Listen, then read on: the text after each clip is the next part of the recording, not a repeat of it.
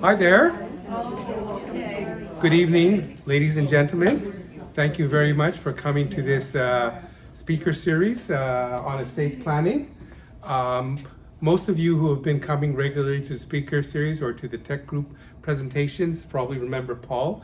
He has done a presentation in the past and he's going to be talking about estate planning. So please give him a hand. And over to you, Paul. Thank you, Bear. Hi, everybody. So, I am Paul indeed. I live in the building. I'm up on the 3rd floor. So, good news is if anybody needs to bother me after the presentation, feel free to do so, and for the future. Today, I'm going to just speak about estate planning. So, I am an advisor, works with RBC Wealth Management. So, this is a conversation I frequently have with many of my clients, and I really felt like this is a topic that everybody here and every Canadian should be aware of. So I'm going to do a little bit of a brief run through about it, and we'll try to leave the questions to the end. If there's anything that's very simple that you want clarification of, just raise your hand and I'll do my best, but for sake of time, we'll leave the questions to the end. So what we'll do is we'll start off with an estate planning overview, then we'll cover the basics of wills. We'll then jump into powers of attorney, and then we'll wrap it off with executorship, so being an executor for an estate.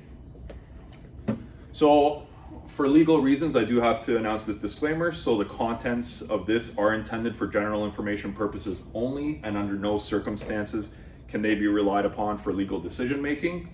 This presentation does not constitute legal advice or establish a solicitor-client relationship by way of any information contained herein. And attendees are encouraged to consult with a qualified lawyer to seek advice concerning the specifics of their particular situation. So, estate planning. Why is estate planning important? Estate planning is the process of arranging for the management and distribution of all of your assets after death in accordance with your wishes. The reason it's important is that we're going through a generational wealth transfer unlike what we've ever seen in the country. So it's estimated about $1 trillion of assets will be flowing to the next generation. And one statistic that's really important is that over half of Canadians don't have a will. So there is $1 trillion of assets being passed along and half of Canadians don't have a will. What that means is there could be a lot of problems facing a lot of people.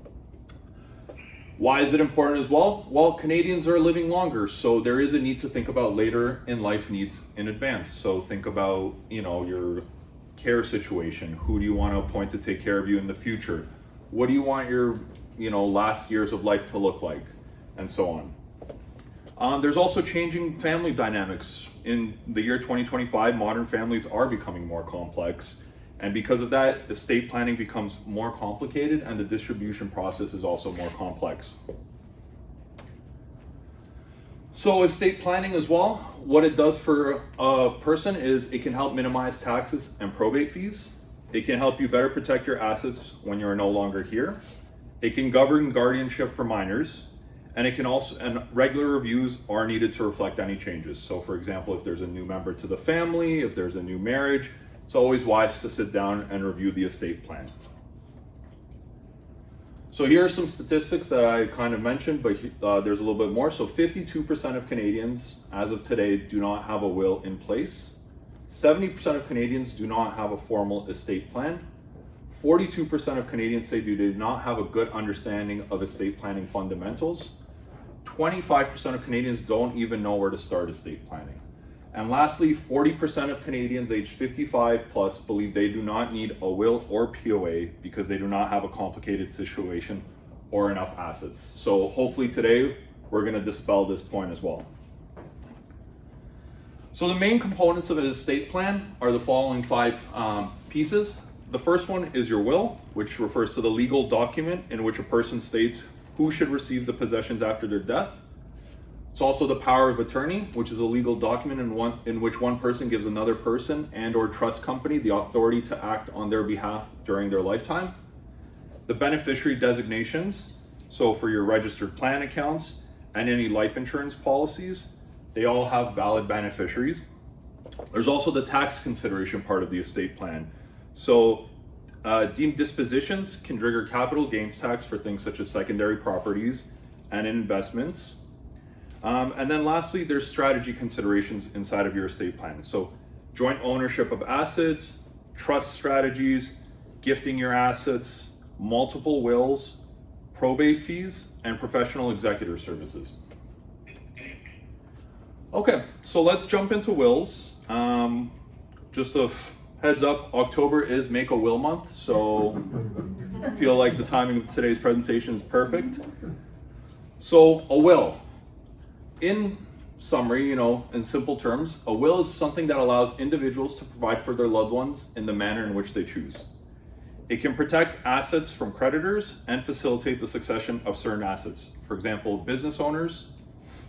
They can also be used to maintain some control over assets after death, and they can be used to minimize income taxes and provincial tax, formerly known as estate administration tax, which today you commonly refer to as probate fees.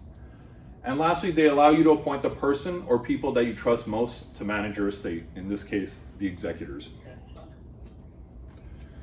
So wills, what happens if you don't have a will? So you might seem, okay, I don't have a lot of assets. I'm too young, I don't have a will.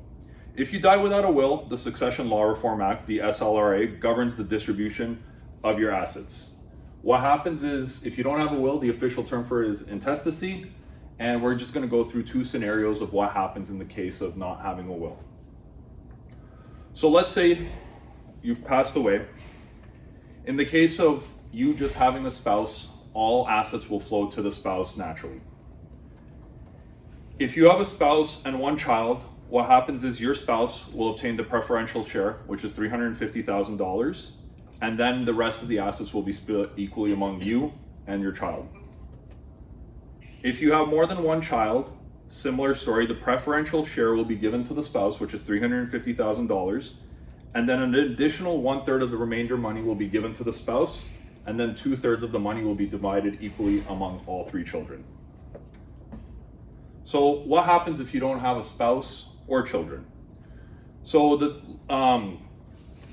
what happens is, if you have parents that are surviving, your parents will be given the assets. Let's say mom and dad are no longer alive. The next in line will be your surviving siblings, if both parents are predeceased.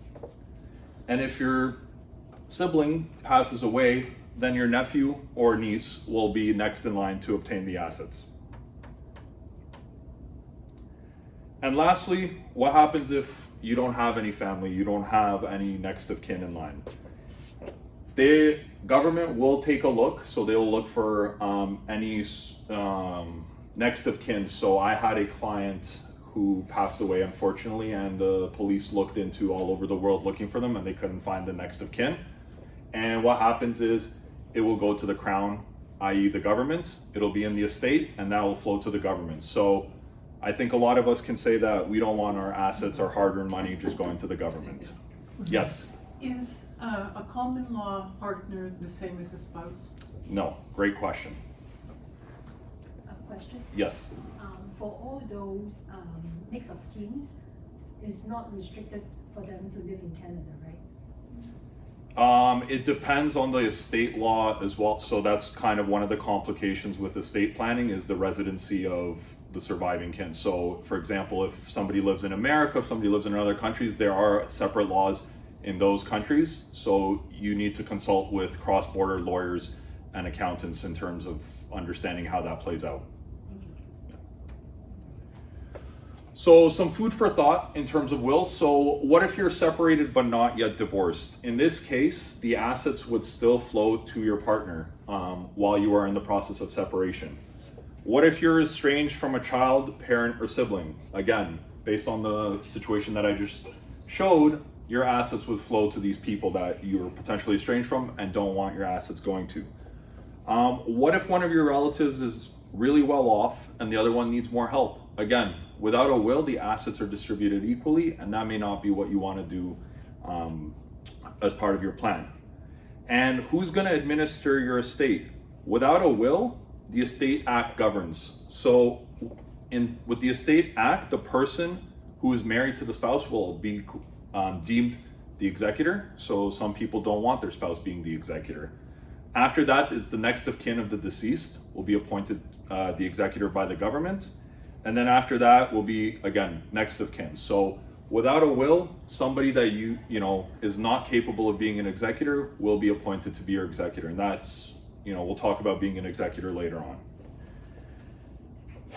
What if your children or grandchildren who may benefit from your estate are under the age of 18 or younger than the age that you would wish for them to receive property outright? Again, without a will, they may receive these assets, and people with 18 who are 18 may not need a large sum of money. They may go crazy with it and deplete the assets much quicker than you ever imagined. And what if one of your beneficiaries of your estate is receiving government benefits? In this case, it's a little bit more complex, but there are rules in place for people with beneficiaries. If they receive a certain asset size or if their income's too high, the government may be able to start clawing back the government benefits. So again, highlighting the importance of estate planning. So what are the key elements of a will? So first, you got your appointment of executor and trustee. In addition, depending on who you appoint as the executor and trustee, you may receive a waiver of bond. So what is a waiver of bond? When you have an estate, depending on the value, if you appoint an executor that the courts deem to be not trustworthy or somebody they might think is not the person has to post a bond, usually at the value of your estate. So if you have a large estate, let's say $1 million, that person would have to post $1 million before the estate's administered. So again, really important. Your funeral and burial wishes. It's an overlooked aspect of a will, but that can be included in your will. So especially for those who are religious, it's an important topic to those. It's something that's important to put in your will. Any appointment of custodians for minors, if necessary. So if for those who are guardians or who have grandchildren or children under the age of 18, maybe you don't want, your sister or brother looking after them. Maybe you want someone else that you've appointed in your mind, but you should put it in your will. Any gifts of money, property, personal belongings, in addition to charitable gifts, may go in your will. A trust setup, if that's something that's important to people, it's a little complex topic, but you are able to structure a trust through a will. And your power of executors and trustees. So you can limit the powers of your executors and trustees to how much you want to execute the estate. Yes? Sorry, could you just go over the appointment of executor or trustee again? I didn't quite catch that. So in the previous slide, as I mentioned, if you pass away without a will, the government will appoint your next of kin as your executor. So if you have, like as I said, if you have a child, for example, who is not responsible and you don't want to place that burden on them, the court will appoint it to them. So with a will, you're able to appoint the person that you feel is the most qualified or the person you trust the most to fulfill your wishes. So in order for a will to be valid, it must be free and voluntary. You must be 18 years or older, except specific exceptions. You must have the knowledge and approval to do a valid will. You must have capacity. So there are a few tests for capacity that must be passed in order for a will to be valid. And there are formalities. So for example, there must be 2 independent witnesses in the same room. It cannot be the beneficiary of the will and cannot be the spouse of the beneficiary. Typically you do this at the law firms. You'll have a notary, you'll have the associates, you'll have the lawyer. They'll be your witnesses. So what assets can you include in your will? So unless they're jointly owned or gifted in another will, people typically put their real property, so this is any real estate that they might have, any land that they might have, bank accounts, investment accounts, and then personal effects such as jewelry, furniture, cars, art, etc. What's excluded under the will is assets gifted under another will. So for example, a foreign will, that can exclude anything from the primary will.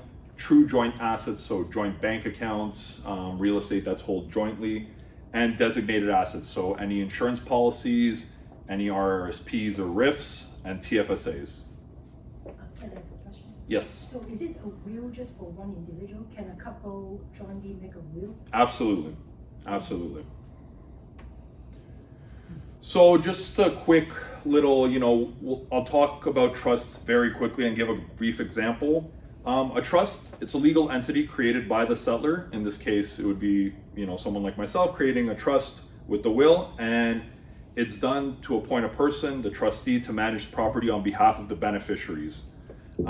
If you have a will, you can decide how the money will be held for your minor or other beneficiaries, and then you can decide at what age they will receive the benefit of your estate.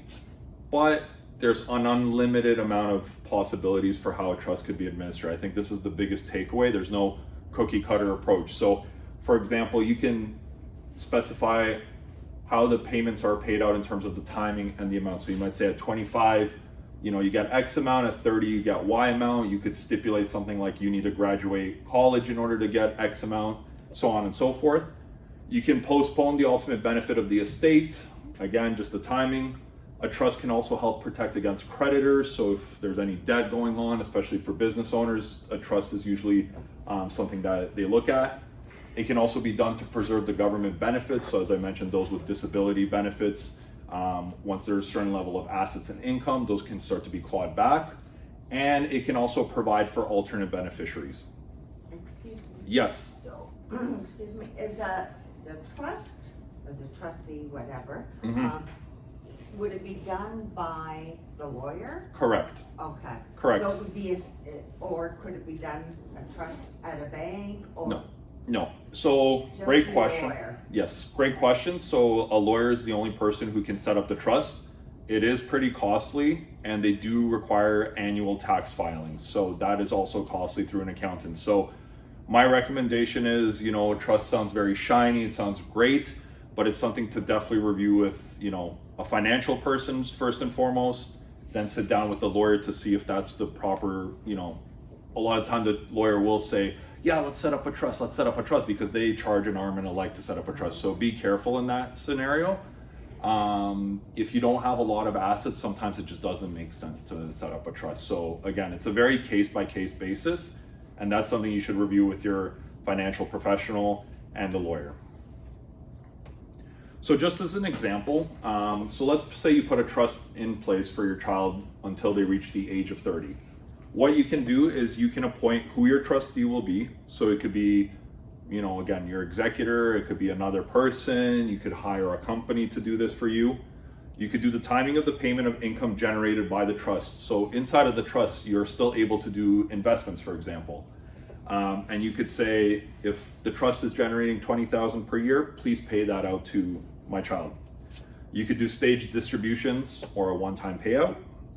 You could do this discretion of the trustees to decide when payments are appropriate or not. So this is again highlighting the, intricacies that you can set up a trust in any way you want. So you could tell your trustee that, hey, I trust you when I'm no longer here. You can see if my child needs the money or not, your call.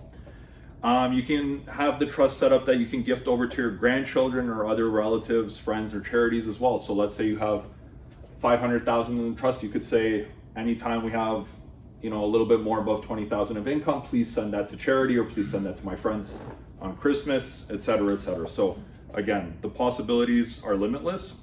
Paul? Yes. I got a quick question. Absolutely. You don't need to be dead to set up a trust. No. Okay. In for this one, this is the ones where you pass away, Yeah. trust, Mhm. but there are multiple forms of trust that you could set up. So there's alter ego trusts, there's spousal trusts. If trust is an important topic, we could do a trust presentation. Not They're- enough- overall, not they're enough really, money. but yes. To answer your question, you can set up a trust while you are alive. It's a common strategy done by business owners, typically to hold the shares of a company.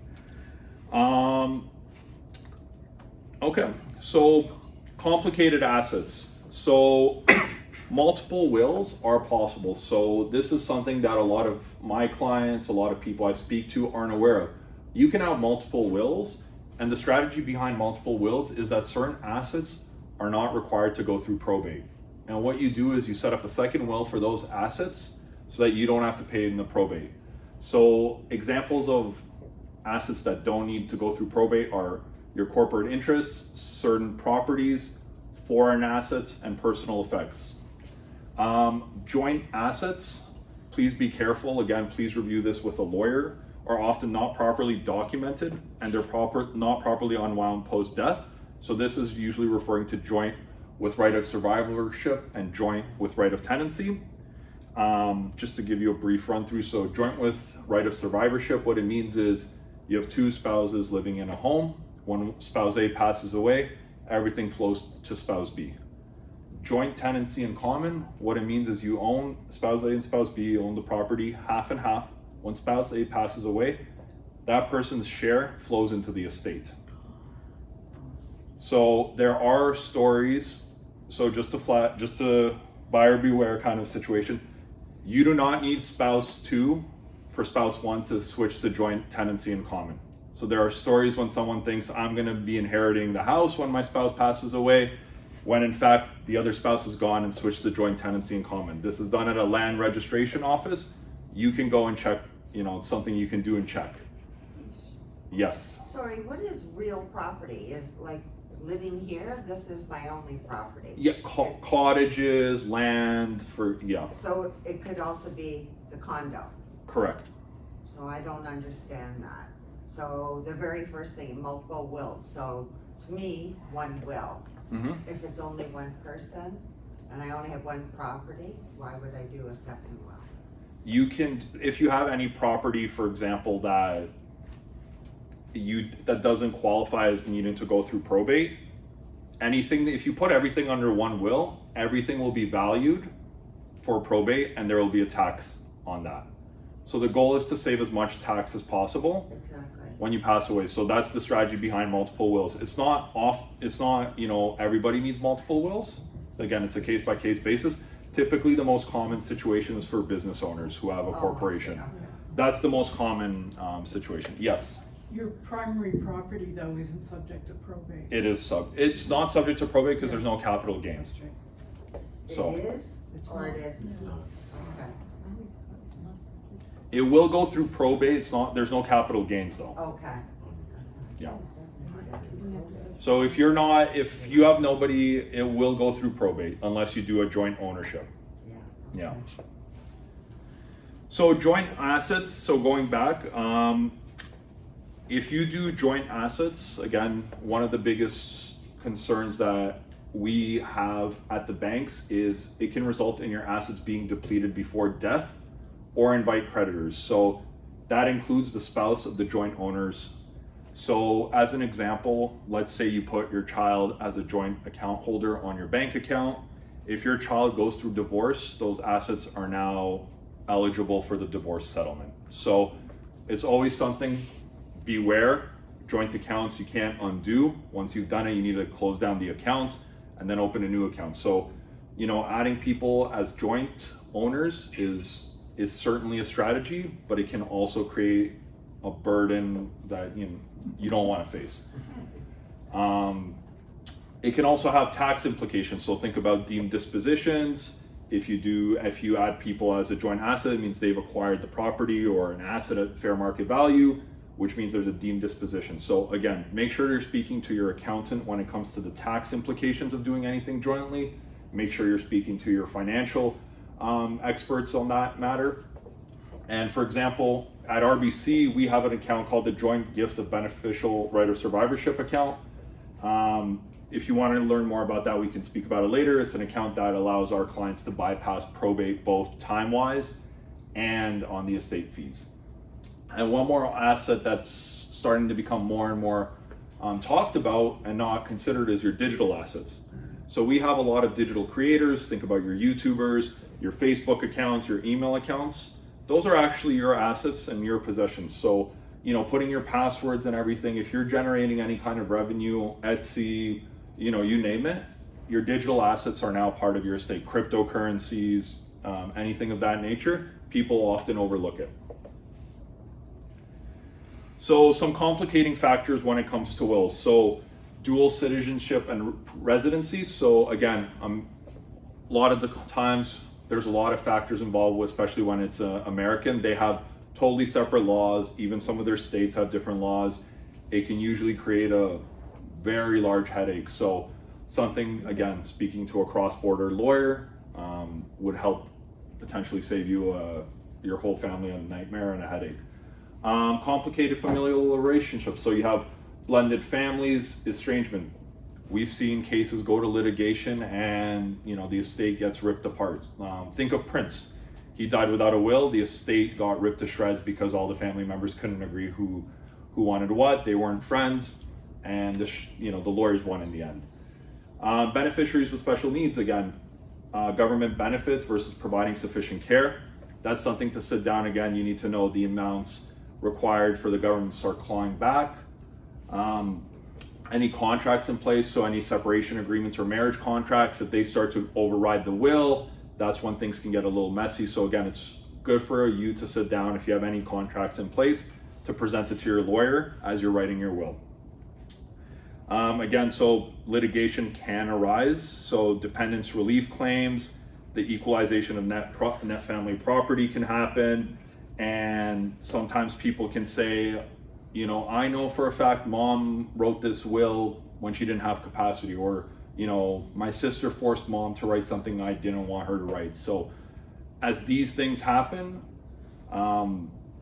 it leads to litigation. So again, that's the importance of having your will done with a lawyer who will do a capacity assessment if needed, if he feels that, or he or she feels that, capacity is not there. And again, you have your witnesses that are completely neutral parties.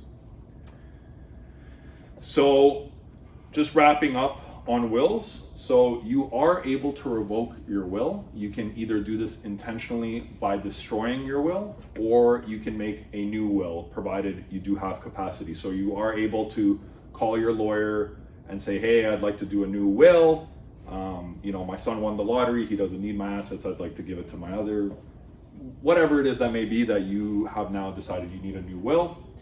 You can easily make changes to your will, again, provided capacity. So you are able to always sit down with your lawyer. It's recommended every 3-4 years, sit down, take a read through your will. You might realize this isn't something I wanted to do that I wanted to do X amount of years ago. So is that a new will or is that Updated.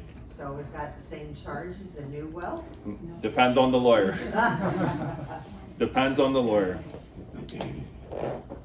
So your will does apply to all of your assets held by you at your death, unless it specifies otherwise, or that you have disposed of the assets through other means. For example, your designations on the registered accounts, or joint ownership of your property, or joint bank accounts.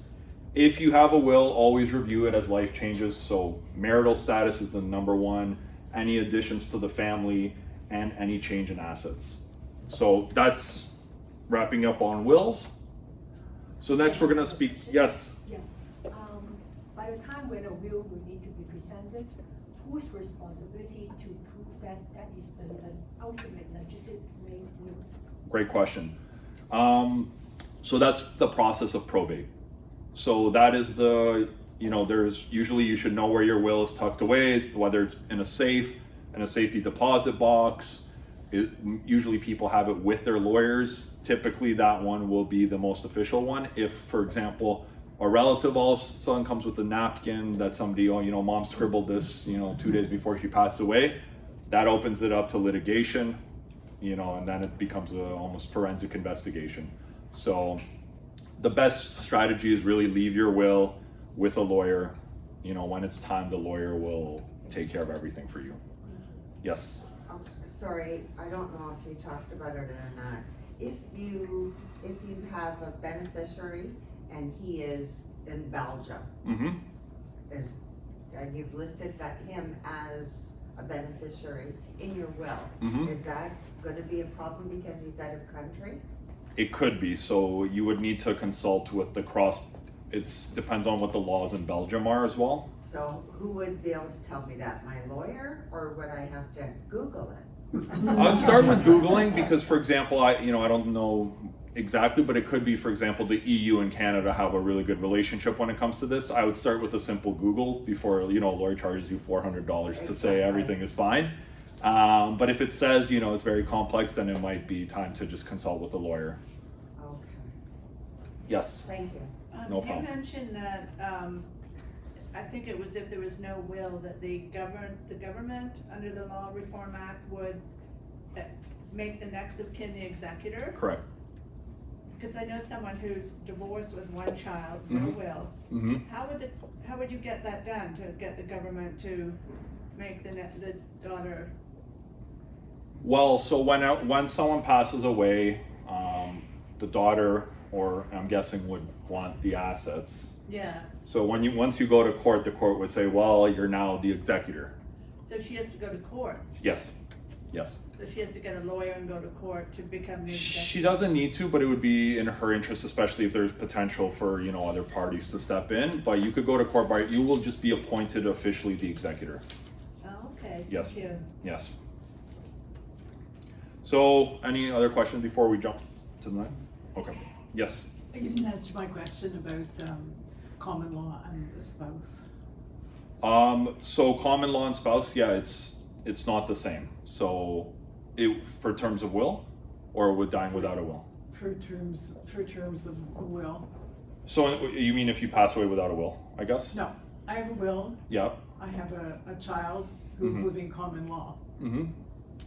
He will get his share of the estate. Yes.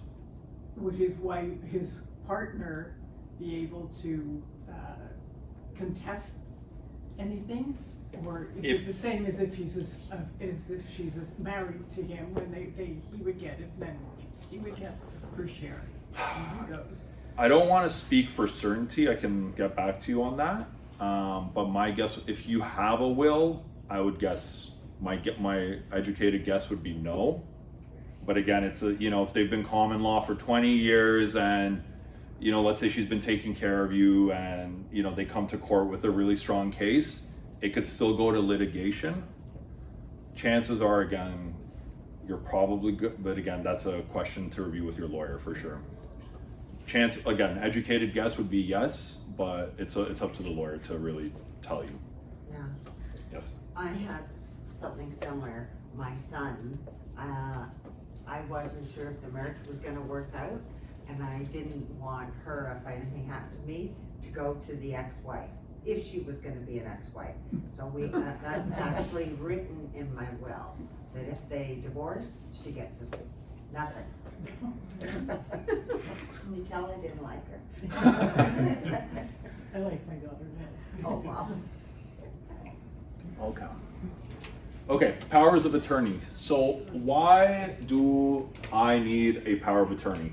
So power of attorney is the authority given by a person, in this case the grantor, to another person, the attorney, to act on behalf of the grantor in conducting the grantor's financial affairs or making personal care decisions. So there are two types of powers of attorney. The first one is power of attorney for property, and then the second one is power of attorney for personal care. So again, the attorney is the person being granted the authority to act. You are able to hire more or appoint more than one POA, and they can act jointly or jointly and severally. It could be alternate. So you can appoint, let's say somebody has 3 kids, you can appoint all 3 to be your POAs, and that way, 2 to 1 makes the decision. Common question I get, what if I have 4 kids? What if I have 2? You are able to give an extra vote to one of the kids to break the tiebreaker. So similar to a will, in order for a power of attorney to be valid, it needs to be free and voluntary. You must be at least 18 years old for property POA and at least 16 years old for personal care POA. You must have knowledge and approval when you're appointing your POA. And again, there must be capacity. So it could be related to domain specific, so it can be capable in one respect and not in another. It could be time specific, and folly or eccentricity are not considered incapacity. So if you have a goofy relative, it does not mean that they don't have capacity. People are allowed to make bad decisions. I see this really often. This is something like really, be careful with powers of attorney. You're really granting people a lot of power. So in order, again, for the power of attorney to be valid, it must be executed by 2 witnesses. So usually in the presence of each other and in the presence of the grantor. Again, usually when you do your will, you're doing your powers of attorney at the same time with your lawyer. So the same rules apply. There are restrictions on the witnesses. For example, the witness cannot be the named attorney, the attorney's spouse or partner, the grantor's spouse or partner, the child of the grantor or person whom the grantor treats as a child, a person whose property is under guardianship, and anyone under the age of 18. So power of attorney for property. So no one has the authority to manage your property without a guardianship or power of attorney for property. Power of attorney for property can be springing or not. So that means they can come into effect on a certain date or occurrence of certain events, or they can take effect the moment you sign the POA. So for example, you could say, once I can no longer feed myself, I would like the POA to come into effect. Or you could say, I've signed the POA, you have control of my property as well. They can be enduring or not, so they can continue to be valid after the grantor is incapable, or they cannot be used while the grantor is incapable. So that, again, it's up to you. There's a bit of flexibility involved. They can be limited or general, so you can apply to certain assets or powers to allow the attorney to do anything with the grantor's property, or the grantor, you could limit how much they do. The one thing that a power of attorney cannot do is change your will.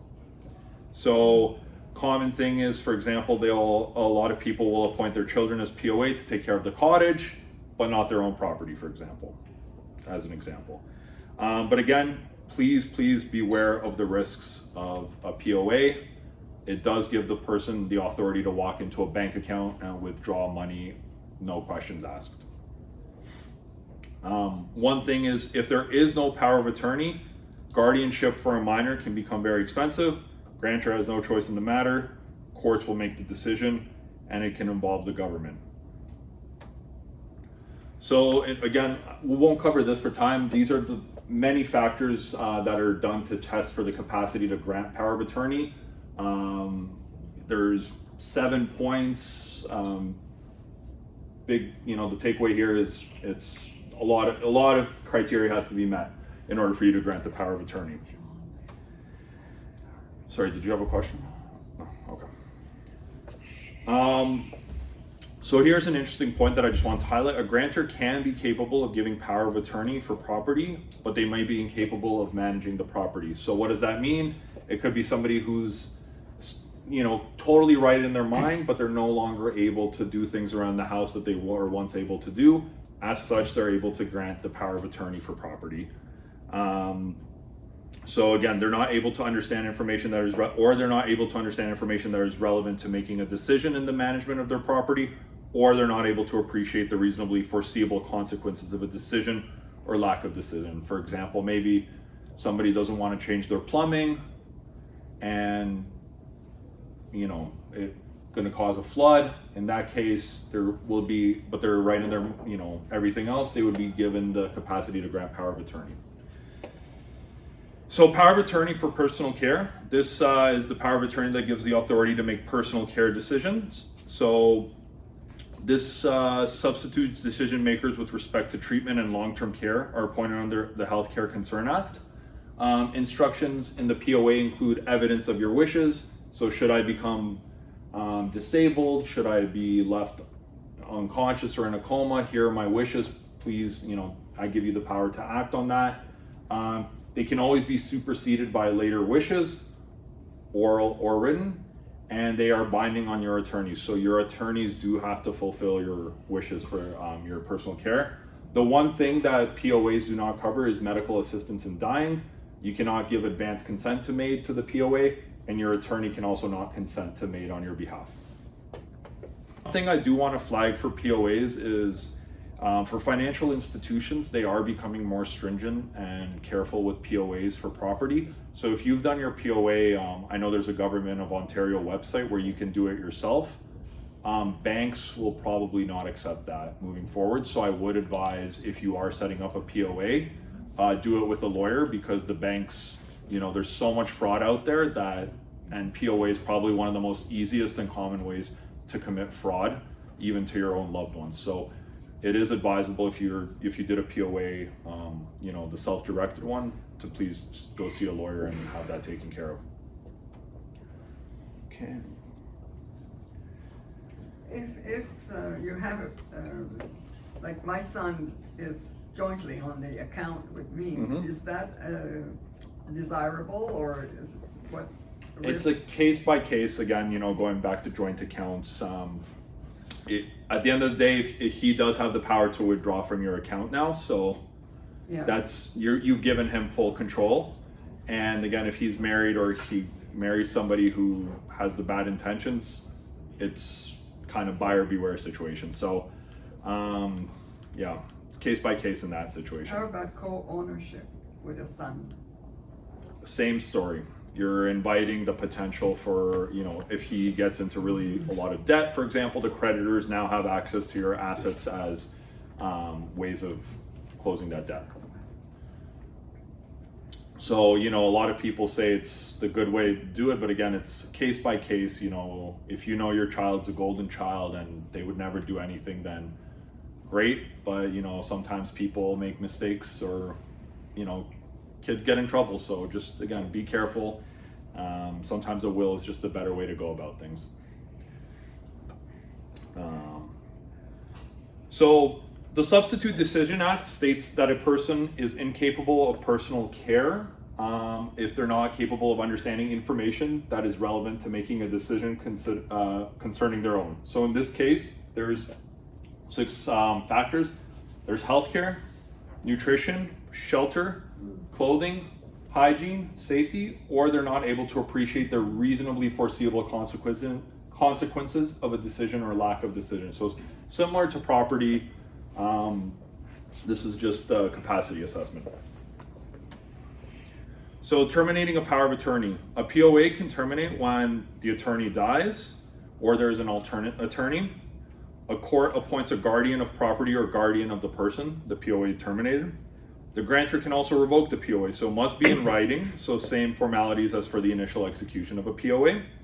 And you have to have a capacity to revoke the POA. So again, you'll go through the capacity assessment if the lawyer feels that you're not in your right capacity. When the grantor dies, the executor steps in. So a question is, can my POA be my executor? Yes. Does my POA have to be my executor? No. So it could be 2 separate people. So being a POA, you might trust somebody to make those decisions while you're alive. An executor is a whole different ballgame, and it's administering the entire estate, which we'll get to later. So if the grantor has executed a new POA, that's another time when a POA terminates. So any questions about POAs? Yes. Is there any complication if your POAs are in another province? Yes. There is. Well, one of the things that can happen is you might need them to come to the bank.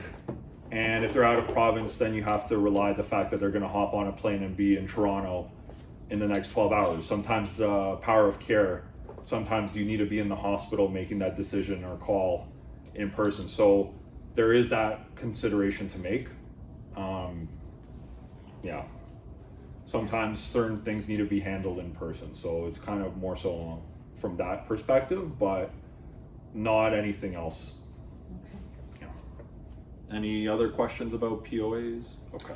Yes. It's just a comment in that if you're looking at the power of attorney for personal care, and there's a list of 6 different elements, you can be capable. I'm a former capacity assessor, so I'm not sure how up to date I am, but you can be capable in some areas of those, some of those elements, and incapable in, for example, you can be capable of making decisions about your hygiene, but incapable about making decisions about your shelter. Right. And in a situation where someone is in long-term care, I think that was Barry's, related to Barry's question, the issue of personal care becomes important potentially when the person in long-term care no longer wants to stay there, Right. but appears to be incapable of making that decision. If someone has power of attorney for personal care, including those elements, then they can make the decision if it looks as if that person is incapable with regard to making a decision about shelter. Right. So it could be a problem, because if there isn't a power of attorney for personal care, then it becomes a conundrum, it becomes a concern. Absolutely. I think that's the biggest takeaway, is that, you know, without proper planning, with all these aspects that we've talked about, it can become a mess very quickly and can get very ugly. Thank you for highlighting that. Okay, so executors. So we'll just talk about what it means to be an executor, some solutions for those who may be an executor or who may expect themselves to be an executor, and then we'll wrap it up and head to the questions. So have you been named an executor, and have you named yours? So it's a tremendous honor and a really significant responsibility with a really lengthy task list of what it requires to be an executor. Hopefully today's discussion will help you determine if your spouse, partner, child, or relative is prepared for this role. And if you've recently been named an executor, then you'll learn today about all the responsibilities involved and where you can get support and help if you do need it.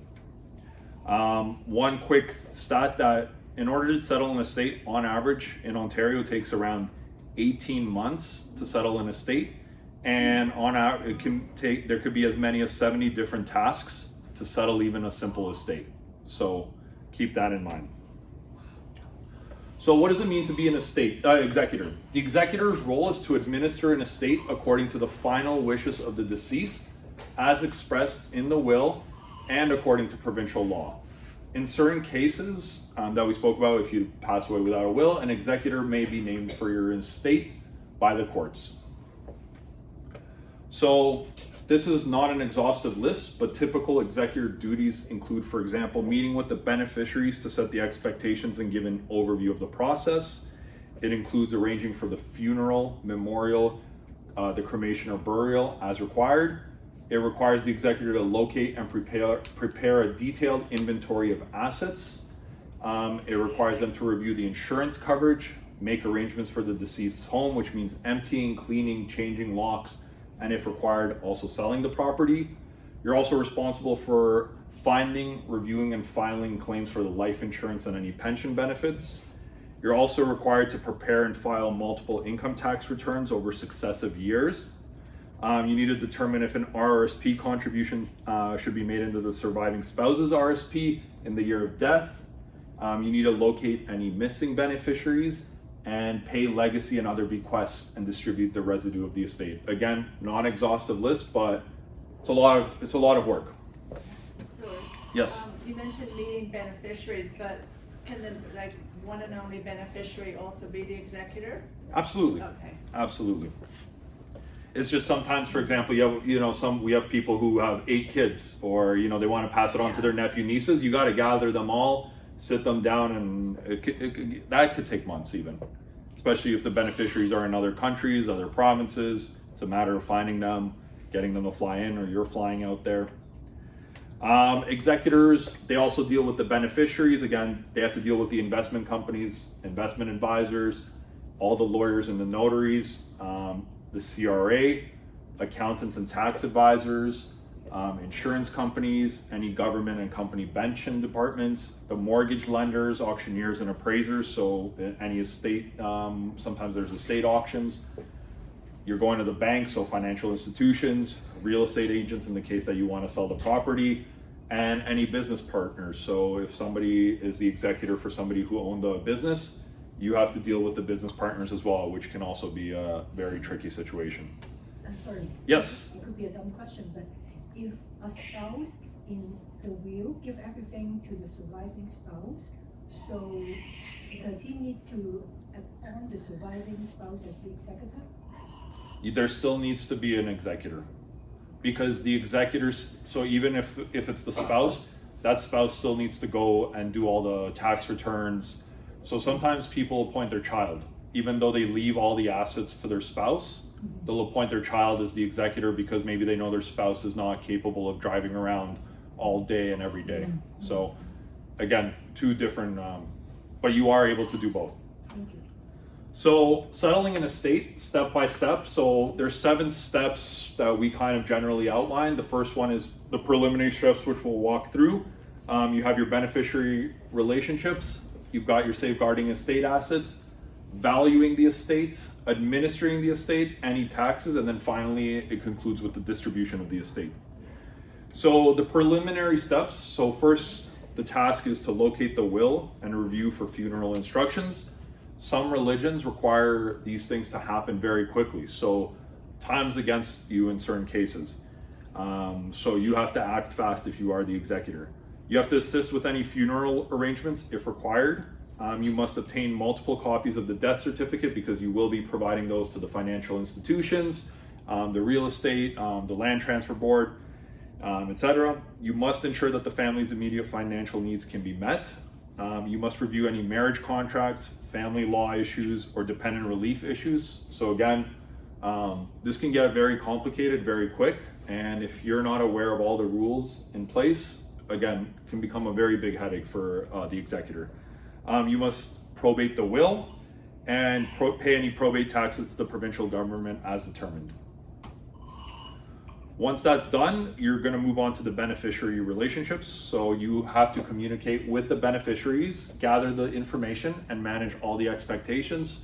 There's a lot of times when the beneficiary finds out, aunt passed away, when do I get my money? You have to manage those expectations. People will rear their ugly faces in these situations. So that's something you always have to deal with. You need to provide regular updates regarding status of administration. So you're gonna have beneficiaries asking you around the clock, what's going on? What's going on? When's the money coming? When's the money coming? You're gonna deal with any other situations where taxes are paid or debts are owed. You're gonna have to provide regular updates. You need to provide a copy of the estate summary to the beneficiaries who are entitled to one. And you also have to communicate with the residual beneficiary regarding the distribution process. So again, just a lot of communication, a lot of work. If there's a lot of family politics, again, it could just become a nightmare situation. Yes? So for the beneficiaries, you said you have to give them a copy. Would it be like a copy of the will that shows how much everybody's getting, or only that person? Only that person. Okay. Well, again, it depends. It's a very case by case basis. If you feel that everybody, it's 3 siblings, maybe they all wanted to see what mom and dad wrote in the will. If it's an outside, siblings. Yeah, The siblings want to know what the other sibling got. that's something you could probably even write in your will. You could specify that I don't want. Okay. You don't want to have a war after. But you can, again, that's something that I think I think you can find out what the will says in that case. I still think you're able to go and get the information in case you feel. What I mean is, if I'm leaving, I'm talking about for my own will, if I'm leaving it to different siblings, I'm giving more to one than the other, and I don't want them to know. That's the conversation with the lawyer. Okay. Because the lawyer will be the one, typically the lawyer will be the first one to have the will. You could say don't. And then whoever the executor is, you can also, again, once you're no longer here, the executor, you can only control so much, so. I'm only here, so. So step 3, safeguarding the estate assets. So you're gonna verify that the adequate insurance is in place to protect the assets. You have to notify any banks and institutions where the deceased held the accounts. You need to cancel all the credit card accounts and return cards to the issuers. You have to open an estate account at the bank as well to deposit any income, pay expenses, and transfer balances. So again, lots of trips to the banks. I can tell you for a fact it's not a fun trip to make. You have to value the estate, so you have to locate all the original investment certificates. In 2025, not a lot of people have the certificates, but we still see it sometimes. Any bonds, any deeds.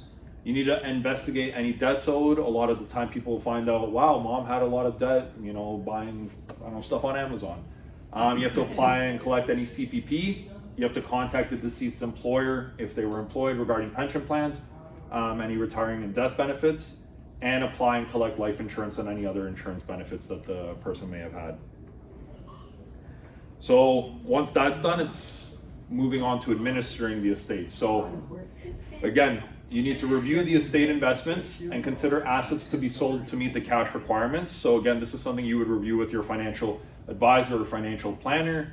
If there's non-registered, you might want to see which assets will trigger the largest capital gains. So again, a lot of tax planning involved even with the estate.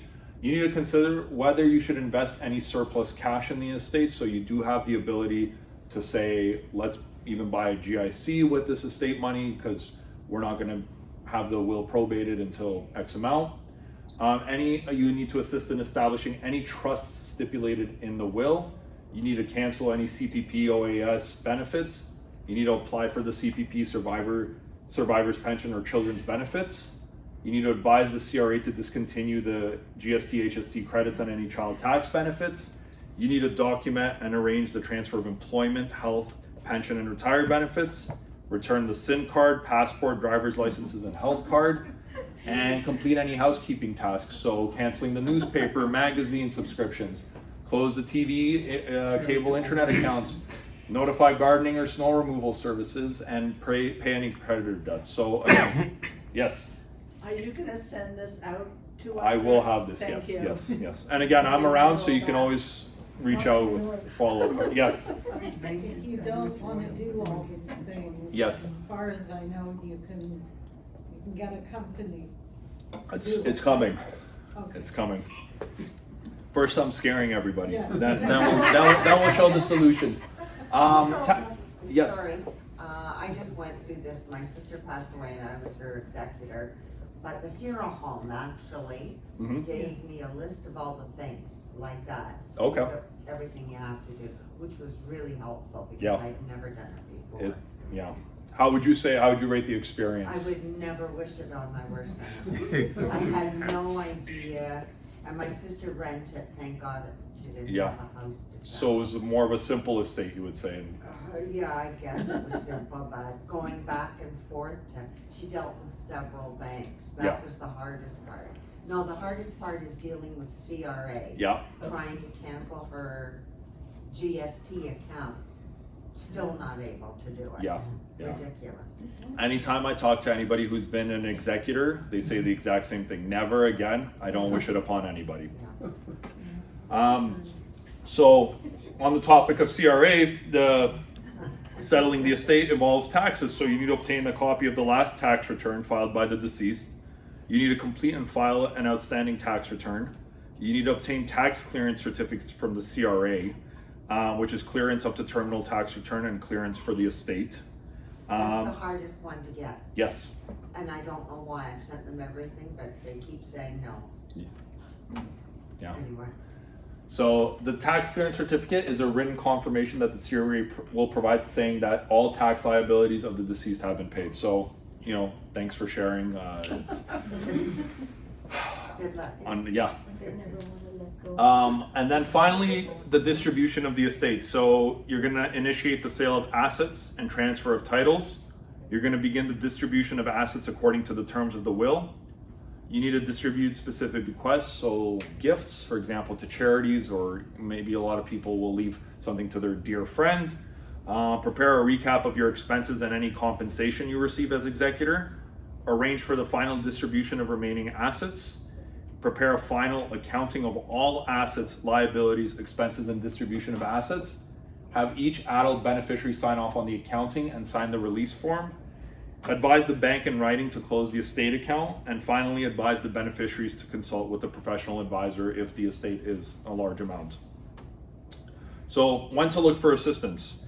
The top 3 reasons people look for assistance when settling an estate are complicated estates in terms of assets, so business owners who own multiple companies or properties. This can get really complicated really quick.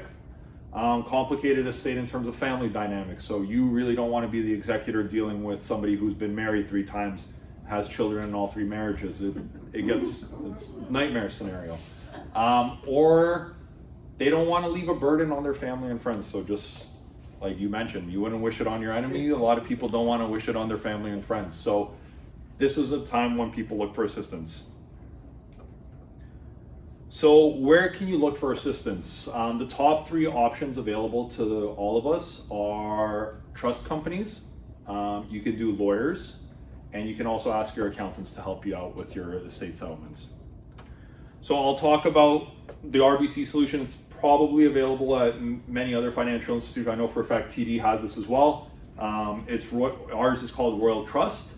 So this is an estate executor company. They will take care of everything for you at a fee, of course, but it takes away all the burden. One of the advantages of appointing any trust company, it's not even RBC specific, is a lot of the times these trust companies actually have good relationships, for example, with realtors.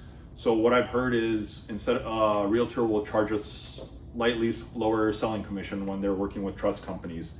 They're also able to usually they find that they don't run into as big issues with the CRA, for example, because they know how to speak, they know what to say, they just know what to do. So the benefits of working with any trust company are you get neutrality. So the company, the person running being the executor, you know, somebody's crying in front of them, they're still able to remain neutral. They're not gonna, you know, be sympathetic to the point where they're not gonna follow the will.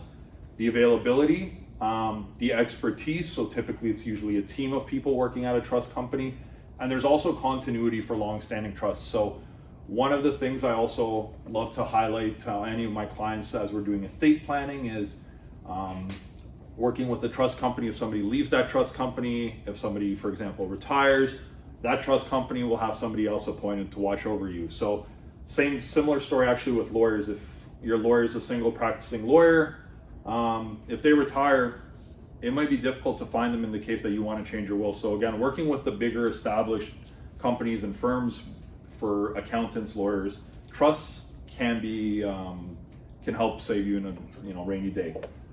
And it's also can ensure that the administration is done in accordance with the relevant laws. And again, it'll relieve all the family members and friends of the burden of administering an estate. Yes? Just approximately, what would that cost? Because I know an executor gets like 10% of everything that's left. What do you think that would? Oh, really?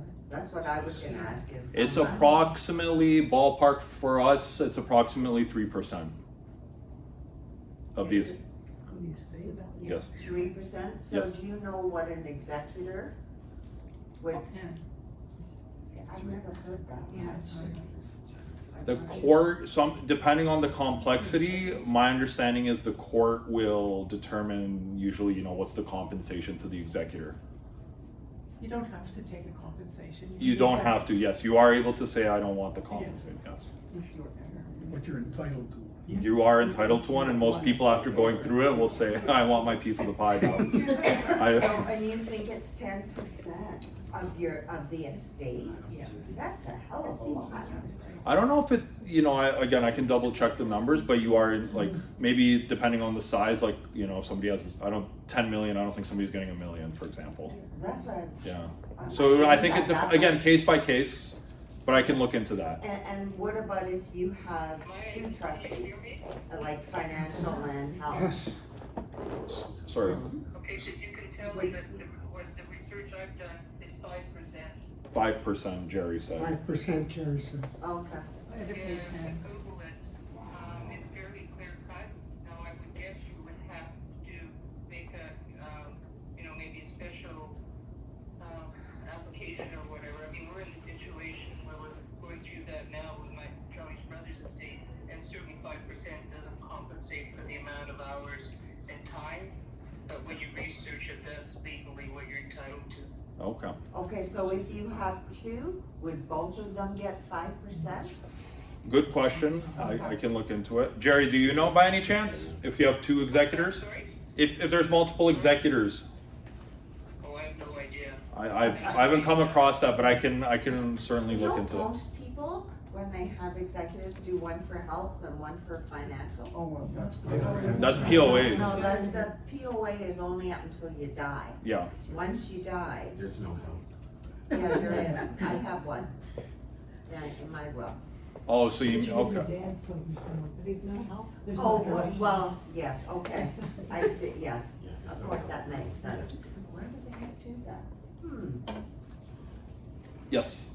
I'll just say, a friend of mine, when her brother passed away, she hired Royal Trust. Mm-hmm. They did an amazing job, even down to cleaning his home. Yeah. Preparing it for sale and doing the sale. Yeah, and they're also really equipped to deal with all the legal, especially the residency. So if you have executors that are in other countries and other provinces, that's a really, great time to consider hiring an estate company, because do not have your executor live in America. That's like rule number one. We always ask, is your executor live in America? Yes, find a new executor. It's a nightmare situation to deal with. We say avoid at all costs. So again, What's the fee though? It was worth it, I don't know.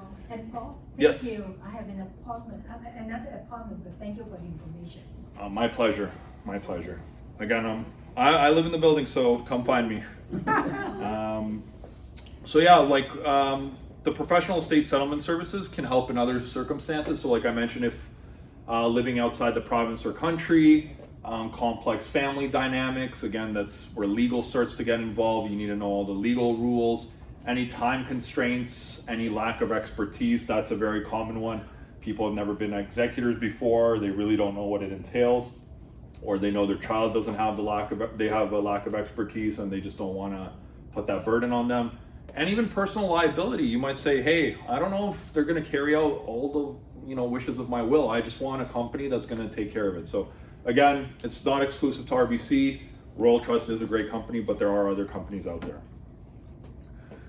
So what they'll help you do is they can assess the tasks and responsibilities you face and determine the support you may need. So when you take that initial meeting, they will do a review with you and they can say, this is where I think we can help. They don't need to do 100% of the estate, for example.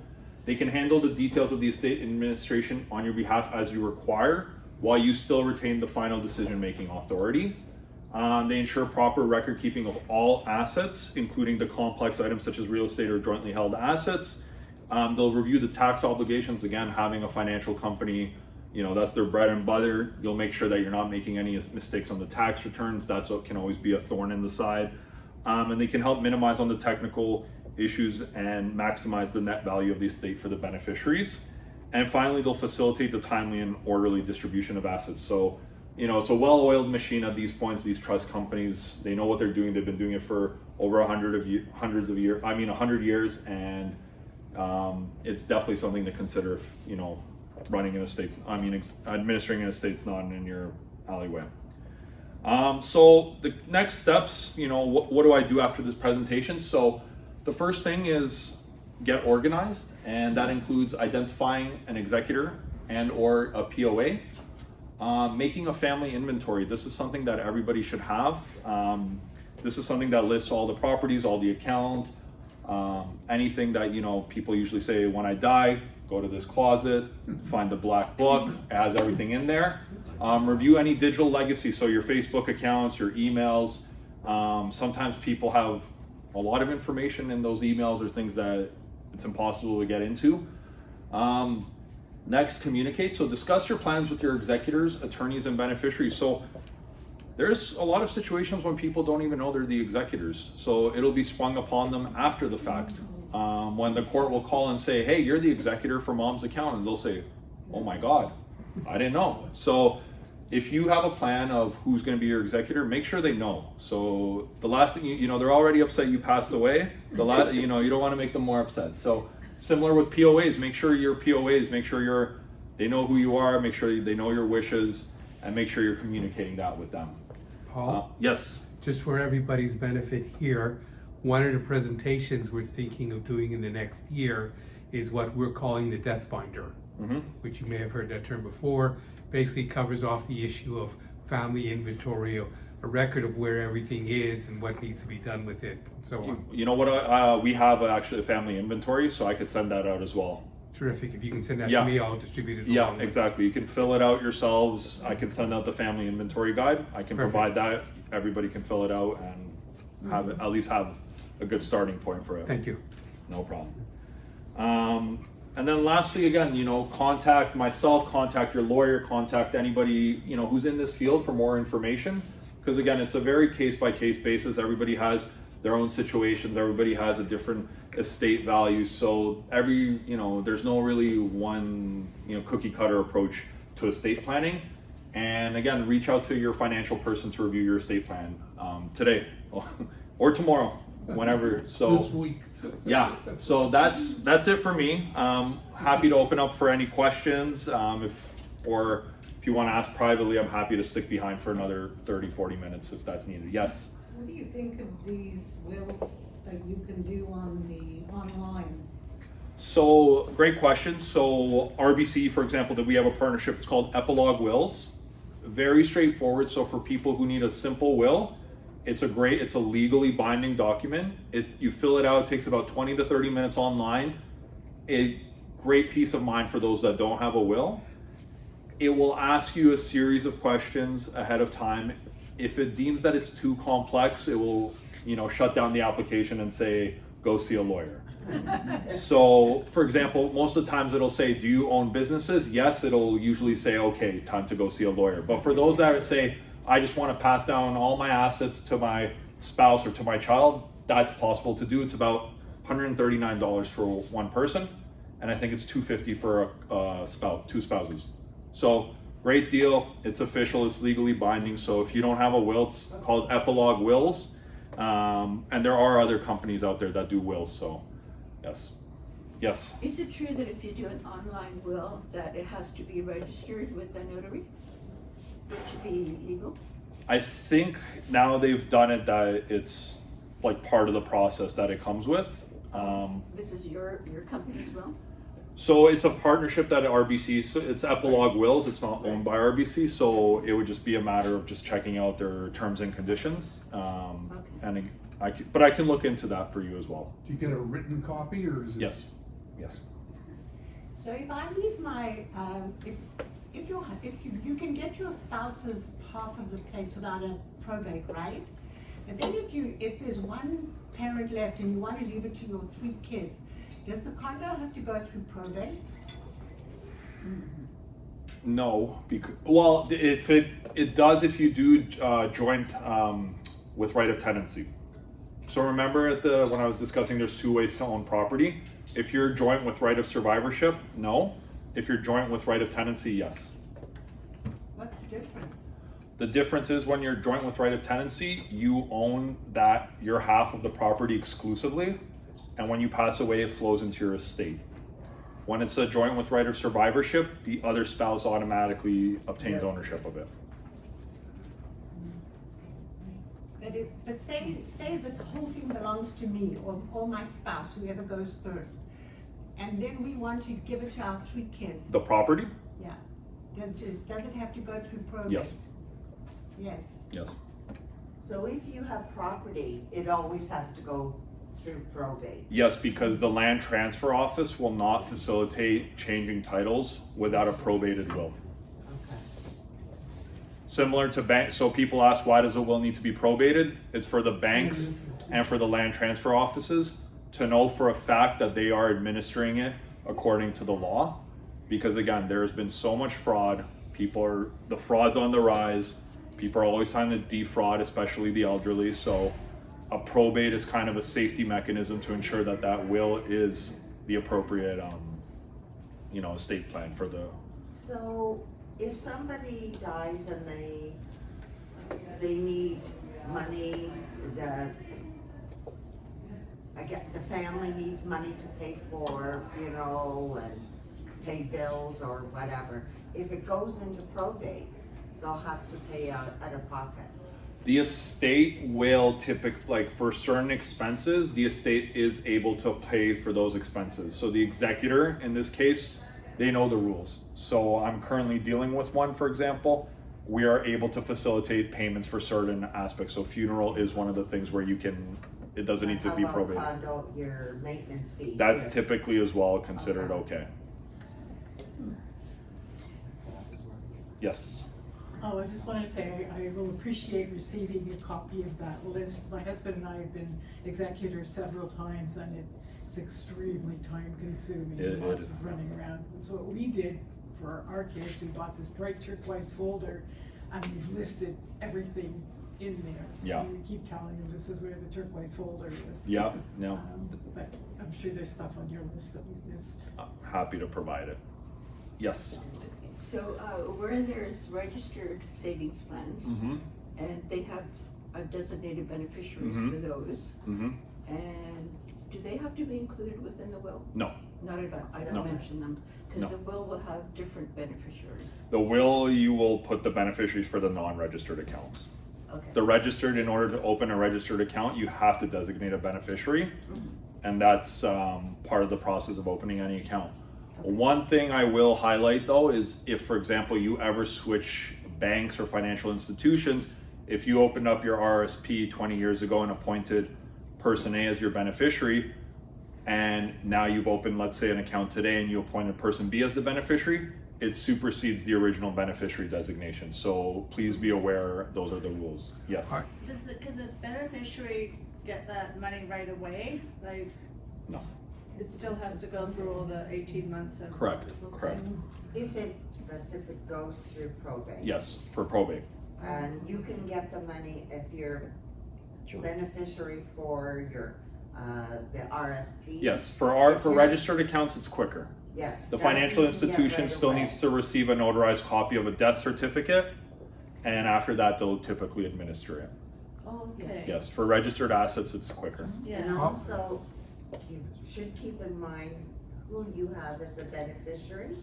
If that beneficiary passes away Yes, from the bank, you gotta notify them. yes, that's a great point. You- Paul, when Yes. I filled out the forms, quite often when I had to list the beneficiary, I just typed in estate. Was that a good thing or a bad thing to do? Well, that's depending on you. That's dependent on then it's going to your estate. Yeah. If it goes to your estate, then it's not being distributed until it goes through probate. Okay. But if you have somebody in mind, and you want them to receive the assets quicker, you can still you're able to modify beneficiaries as well. Okay. So you can call whoever it is you're working with and say, I'd like to add a new beneficiary to the account, and you can also specify the amount at which the beneficiary, so it doesn't have to be 100%. So you could say 20% to my estate, and then 80% to person, or however it is you want to do it. All right. Yeah. Any other questions? Okay. All Happy right. to stick around. I know there's some questions on my personal. Thank you. Thank you very much, Paul. I mean, this has been really great. My kids have copies of my wills, so I can't wait to tell them what the executor has to do because they are the executors. So this is going to be very fun. So they're going to get a copy of this presentation. Absolutely. Somewhere in the next week, I will send out a copy of the video. It'll be on YouTube along with any of the slides themselves and anything you want to attach to it. Yeah, I have my contacts here. I also have cards if you have any other follow-up questions. I'm happy to answer questions for you. Again, happy to stick around right now as well for 20-30 minutes. Okay. Thanks for having me. Thank you very much. Thank you.